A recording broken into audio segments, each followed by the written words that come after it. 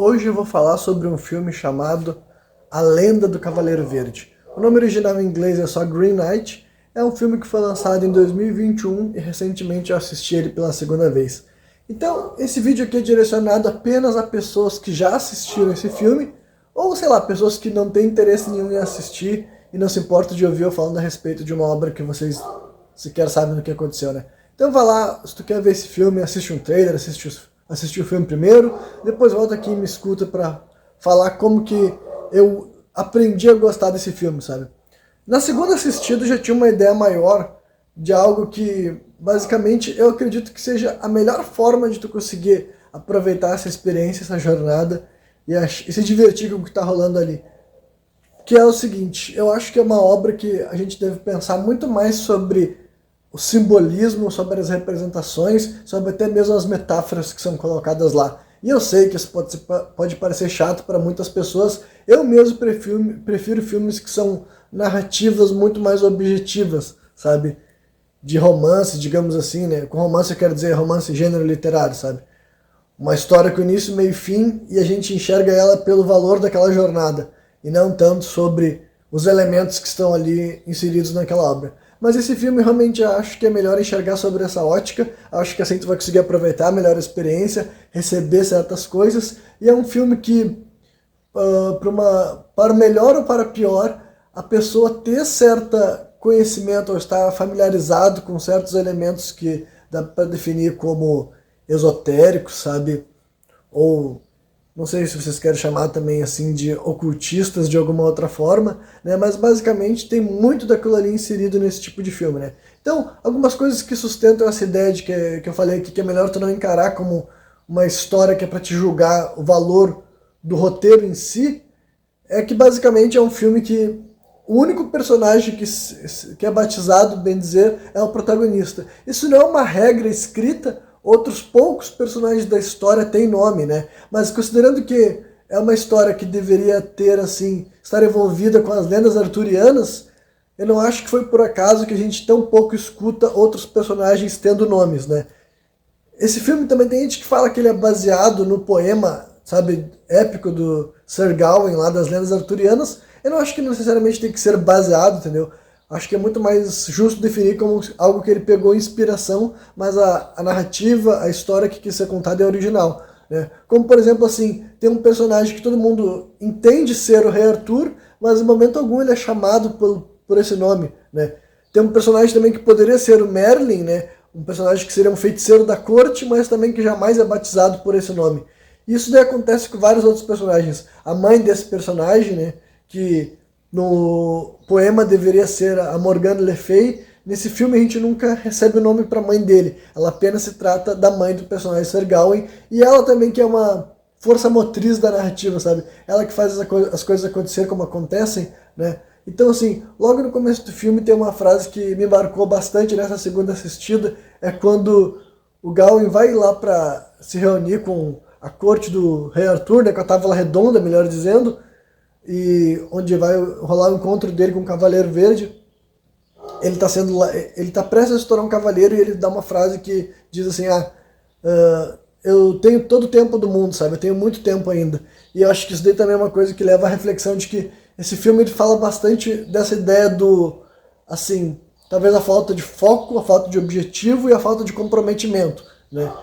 Então, eu acho que são esses tipos de frases que a gente tem que pensar, ainda mais depois que já assistiu. Também é um daqueles filmes que provavelmente assistir 2 ou 3 vezes facilita a absorção que está sendo colocado ali, mas é claro, apenas se tu gostou de assistir, né? Que no meu caso eu diria que sim, eu me vejo assistindo esse filme de novo, daqui a 4 anos de novo, né? Eu assisti quando ele era lançamento, assisti agora em 2024, então quem sabe daqui a 3 ou 4 anos eu volte a assistir também, porque eu acho que eu gostei mais nessa segunda assistida, né? Então, assim, o próprio encontro, né, quando eu vi outras pessoas fazendo análise desse filme, né, as pessoas tentam pular um fator importante que seria se esse filme fosse para ser, assim, um roteiro mais, assim, objetivo, sabe? Que quem coloca a presença do Cavaleiro Verde naquela situação é a mãe do Sir Gawain. E por que ela faria isso considerando o desfecho do filme, que é a suposta morte do próprio filho? Então eu vi muito mais da ideia daquela coisa da mãe que quer que o filho deixa o ninho, sabe?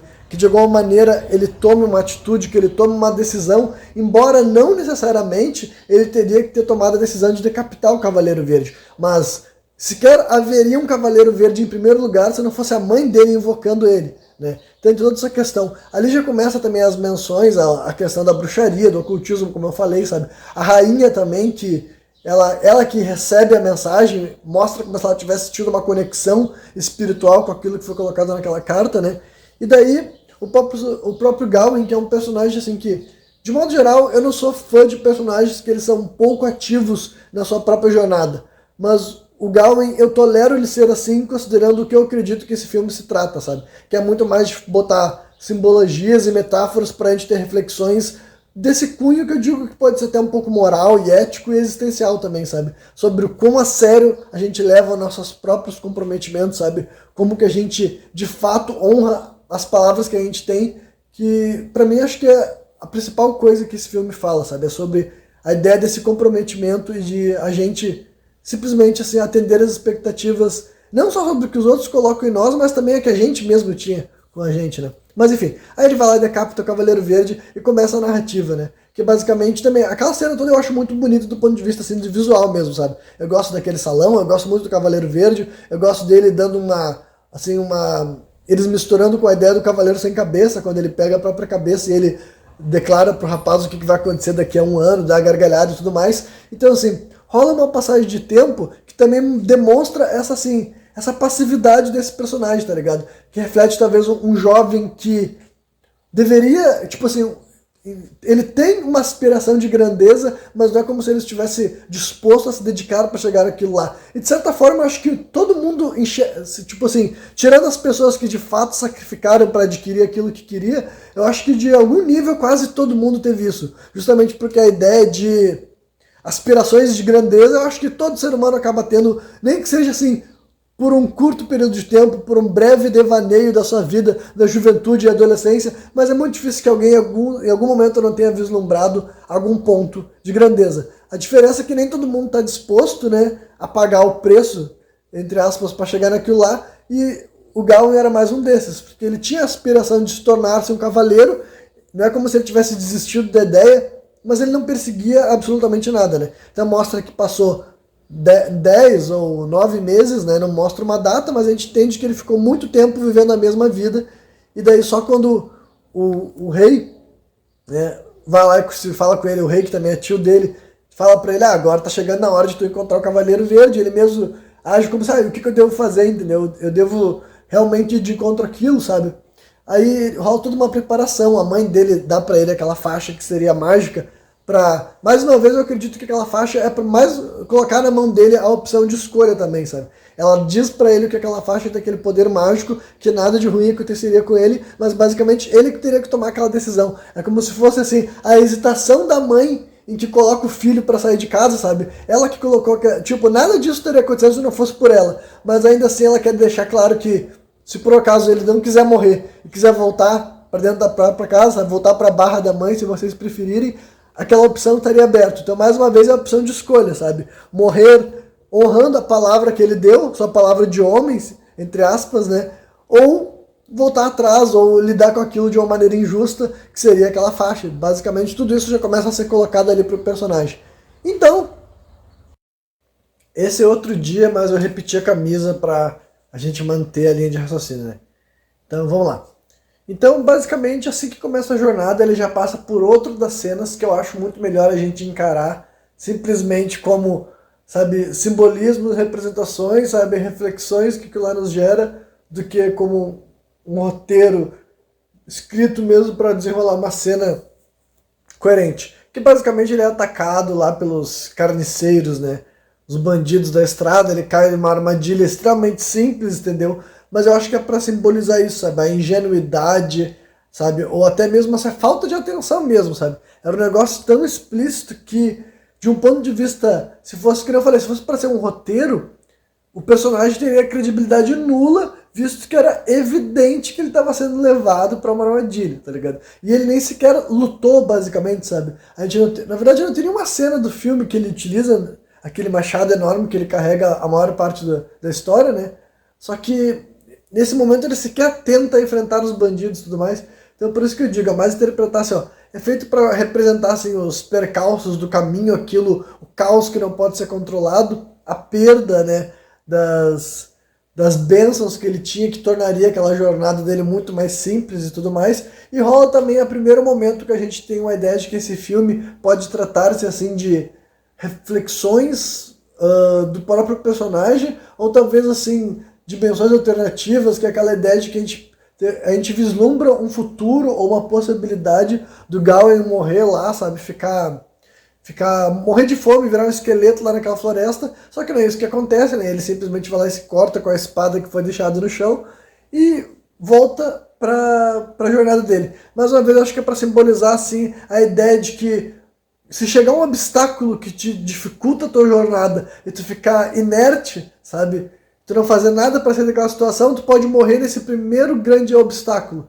Mas caso tu escolha continuar travando, né, ou melhor dizendo, travando tua batalha ou percorrendo tua jornada, tu tem facilmente a opção de seguir adiante, mesmo que seguindo adiante tu terá menos do que tinha antes, tá ligado? Ele de fato perdeu os benefícios que ele tinha lá no começo dessa jornada e teve que escolher seguir adiante.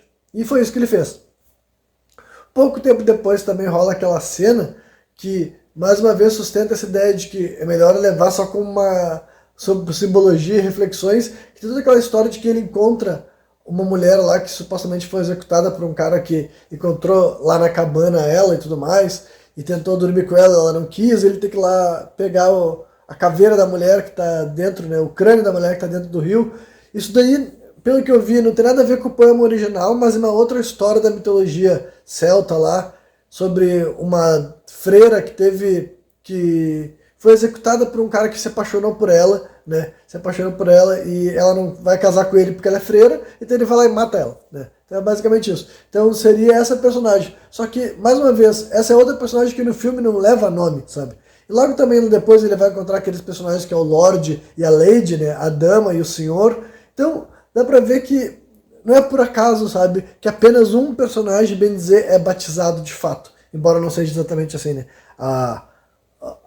O interesse romântico do Gawain, mas digamos assim, a Essel também é chamada pelo nome dela. Né? Mas é só os dois, até onde eu sei, que são chamados por um nome, assim, um nome próprio, né?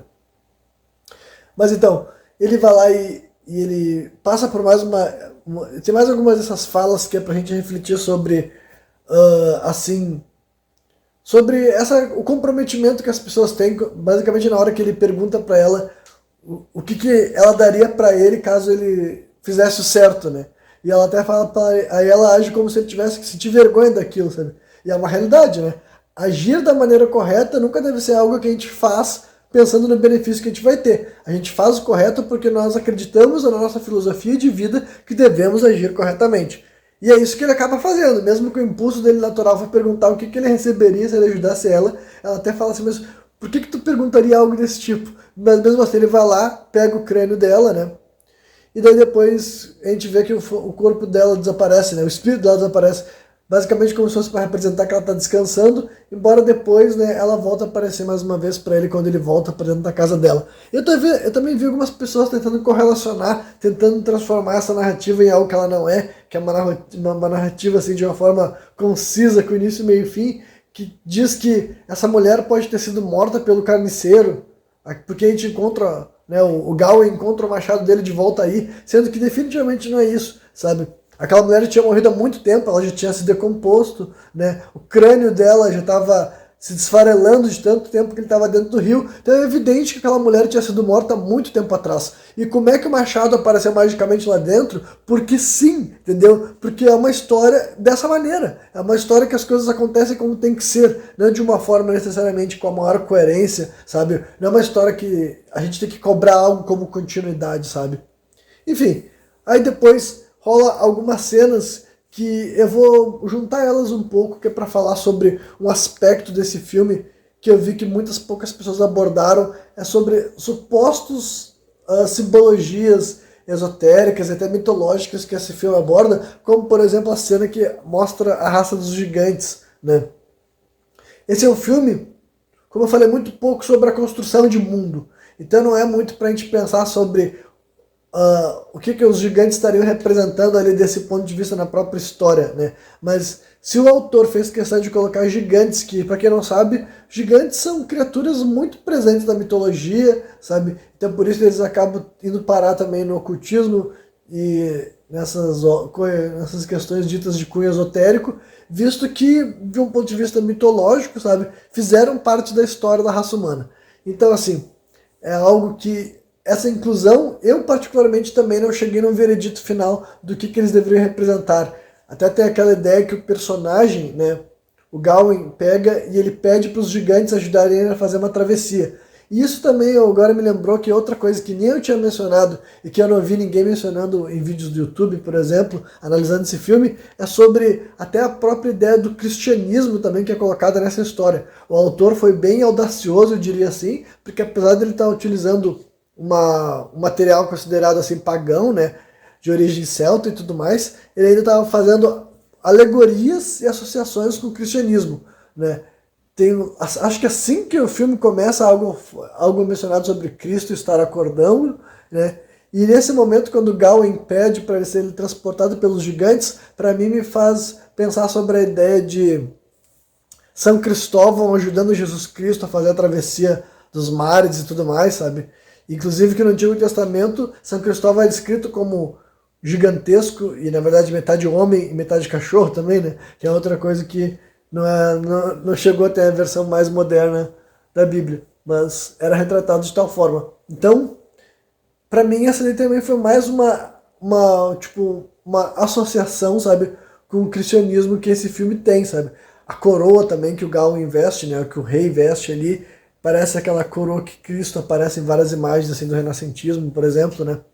Então, assim, esse filme, ele tem muita mensagem, muito simbolismo, entendeu? Que eu acho que é mais interessante, mais atraente, sabe? Do que a própria narrativa que está sendo exposta ali. Então, necessariamente a inclusão dos gigantes, o que representa, eu não sei. Eu não sei porque quando o gigante tenta pegar ele, tem aquela hora que daí a raposa uiva, e os gigantes começam a imitar o uivar da raposa. Essa daí eu vou ter que perceber um pouco melhor, sabe? Vou ter que assistir mais algumas vezes e ler mais alguma coisa na internet, talvez, para chegar a entender o que seria exatamente aquilo que estaria sendo representado ali, né? E daí a última parada do Gawain, antes de chegar lá no encontro dele com o Cavaleiro Verde, é nessa residência também, que rola algumas outras coisas bem interessantes desse ponto de vista da simbologia e tudo mais, né?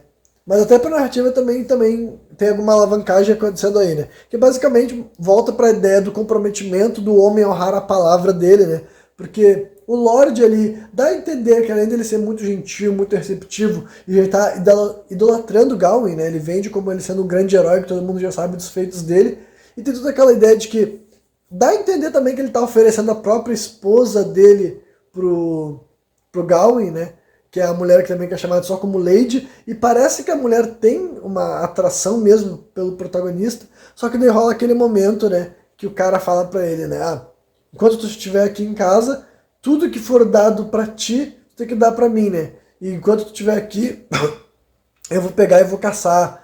Eu vou vou sempre trazer o maior animal que eu conseguir caçar e te dar como presente. E daí ele até fala, o que eu posso receber na tua casa que já não seja teu, né? E o cara fala, não sei, mas tu se comprometeu a isso, né?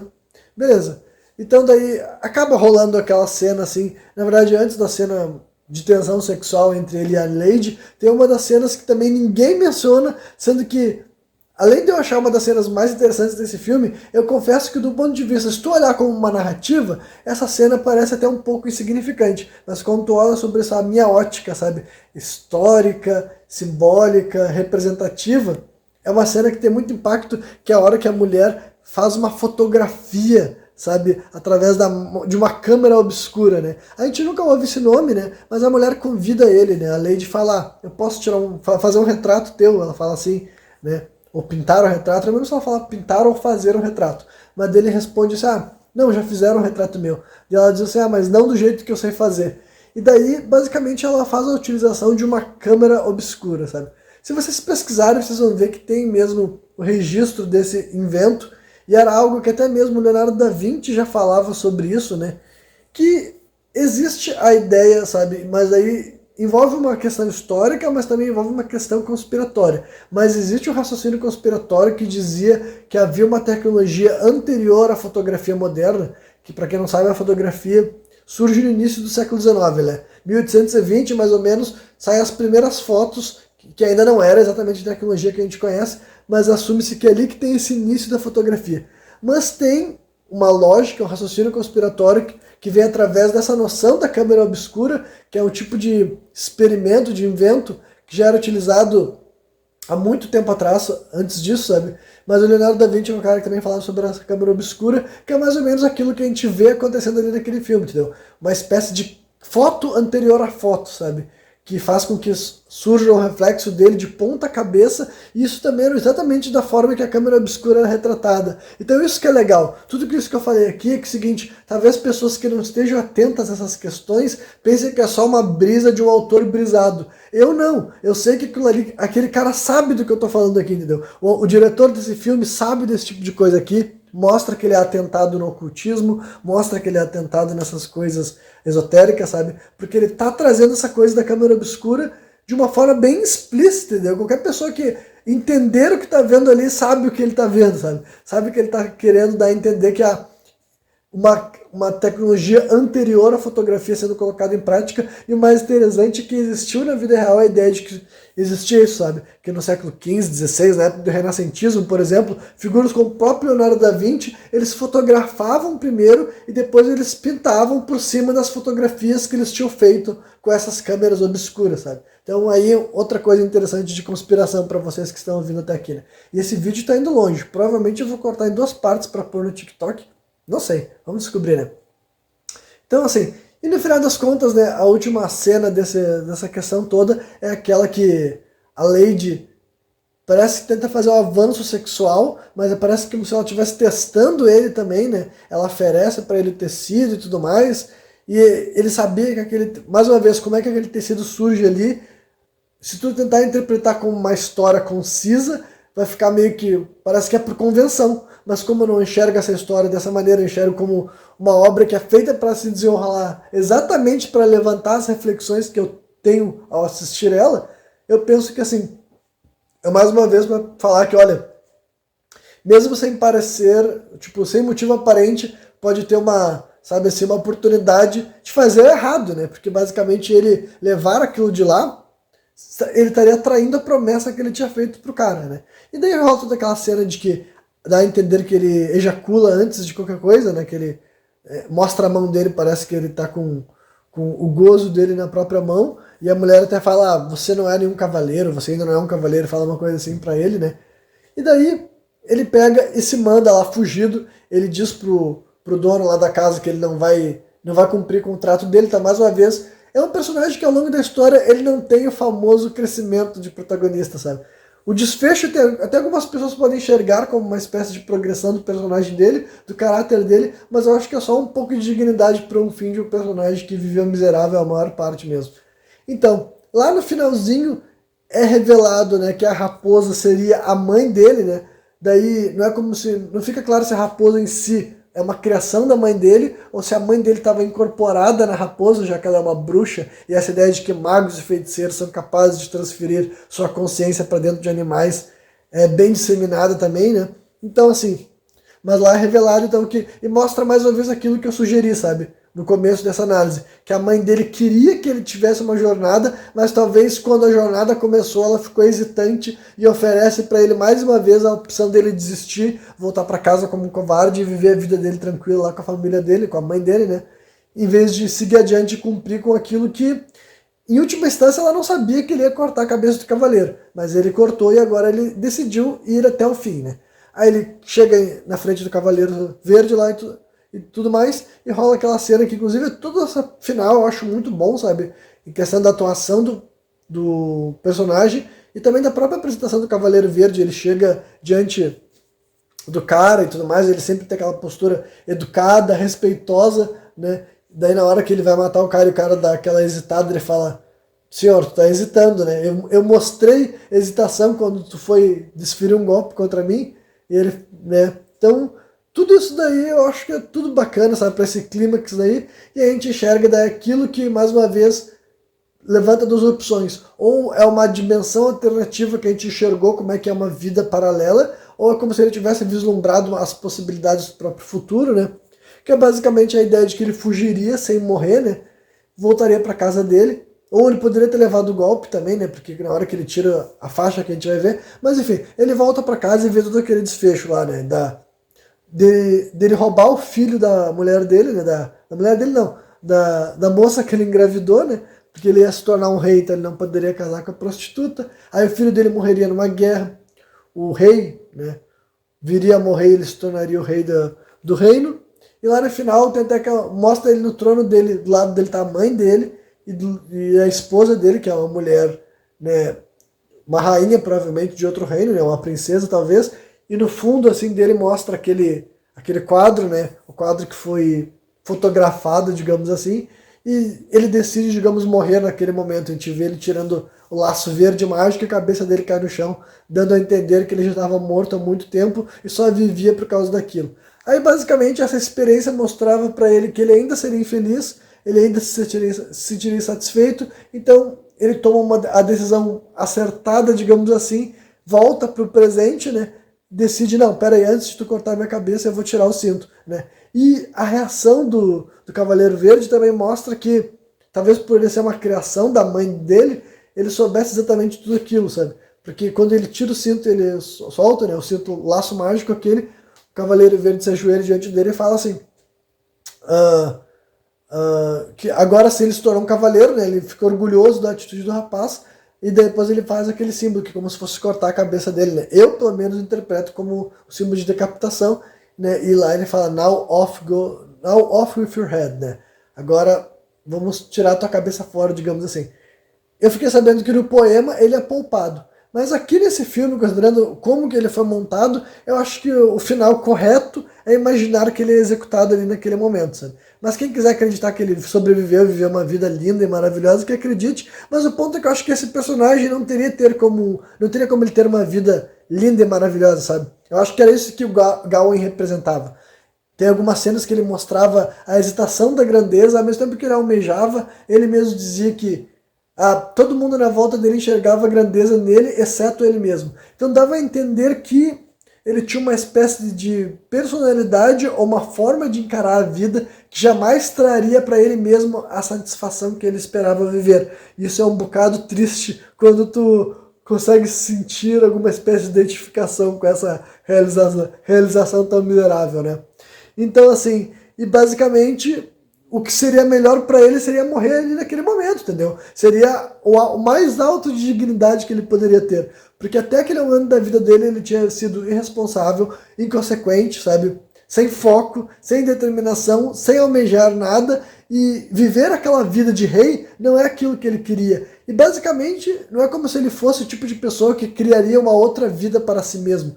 Ele é um personagem que, na maioria das outras histórias, eu me incomodo bastante com esse protagonista hesitante, fraco, que é conduzido pelos outros. Mas, considerando a forma que eu enxergo essa história aqui, e como eu falei para vocês várias vezes aqui, é muito mais pelas metáforas e pelas simbologias, né, do que pela narrativa mesmo, eu acho que um personagem assim funciona bem mais, sabe? E realmente me provoca várias reflexões. Eu acho que é uma obra que, além de muitas mensagens esotéricas, ocultistas, né, que se comunicam com as pessoas que gostam também desse aspecto da nossa cultura, tem muito assim dessa questão que eu vejo da responsabilidade, sabe? As pessoas falam muito de honra por ser uma obra de cavalaria, e eu acho que honra e responsabilidade são palavras que elas têm coisas em comum, mas não o tempo todo, sabe? E eu acho que essa obra fala ainda mais de responsabilidade do que de honra, entendeu? Ainda mais assim de tu pegar, porque assim, aceitar ter a tua cabeça cortada talvez não seja a coisa mais honrada do mundo, mas era coisa responsável visto o trato que ele tinha feito, sabe? A responsabilidade que foi o único momento em que o personagem aceitou, sabe, viver pelo aquilo que ele mesmo tinha dito, sabe? Foi a única vez que ele falou, quer saber, eu vou fazer isso, entendeu? Porque ser cavaleiro que ele dizia e fazia de conta que era algo grande, né? Tem até aquele diálogo bem interessante com o Lorde que fala pra ele, por que tu tá fazendo isso? Porque é isso que o cavaleiro faz, isso que o cavaleiro tinha que fazer, sabe? Enfim, é isso que espero de mim. E o cara até pergunta pra ele, tá, então quer dizer que se tu fazer essa única atitude, só se fazendo isso, tu se tornou um cavaleiro, se tornou um cara grande só porque tu fez isso. E ele responde sim. E tu vê que não é aquele sim de quem sabe o que tá falando. É aquele sim de que, tipo, cara, é a única resposta que eu sei te dar. E o próprio Lorde fica assim, não, tudo bem, né? Vive essa vida aí. Então, basicamente, eu acho que essa história fala principalmente disso e de todas as outras questões que eu mencionei aqui, né? Eu não vou reduzir a minha própria explicação, que demorou quase 30 minutos, para simplesmente falar, essa história fala sobre responsabilidade, mas eu acho que fala sim e nos leva muito a tu te colocar nesse personagem que talvez vocês não se identifiquem tanto com essa realidade. Eu acho que tem algumas coisas que se ressoam talvez com homens e homens jovens, homens solteiros, talvez, tá ligado? Eu acho que tem algumas coisas ali que ressoa mais fácil com um certo tipo de público, mas eu realmente acredito que em algum nível todos nós podemos identificar um pouco com Gawain, sabe? Eu acho que quase todos nós, pelo menos assim, em algum momento nos pensamos assim como um pouco passivos ou que precisamos tratar as coisas com um pouco mais de responsabilidade, um pouco mais emergencial, né? Ou que de vez em quando a gente sente que aquilo que a gente quer e aquilo que a gente se esforça para obter está desalinhado, sabe? Parece que aquilo que eu penso que eu quero e aquilo que eu me proponho a realizar de fato não está exatamente no mesmo lugar, né? Então eu acho que essas são as reflexões mais valiosas que essa obra traz, sabe? Então por isso que eu acho que é melhor traduzir para responsabilidade do que honra, porque honra pode parecer um negócio meio que abstrato ou um bagulho meio que do passado, sabe? O que é honra no século XXI, sabe? Mas agora, responsabilidade é um termo muito mais atual e que eu acho que realmente condiz muito mais ali, sabe? Tipo assim, olha, fazer aquilo que tu se comprometeu a fazer, sabe? Se tu deu a tua palavra, se tu disse que assim tu faria, e se tu fez com que as pessoas acreditem em ti, talvez seja bom, de vez em quando, pelo menos, tu atender essas expectativas que tu fez os outros ter sobre ti, né? Afinal, tu deu a tua palavra e tu disse que assim seria, e se não for, é porque tu hesitou, porque tu deu para trás, porque tu deixou de cumprir com a tua responsabilidade. Mas é isso aí, eu espero que você tenha curtido, e se tu assistiu esse vídeo até o final, deixa um like, se inscreve no meu canal se tu estiver no YouTube, ou se torna meu seguidor se tu estiver aqui no TikTok. Valeu!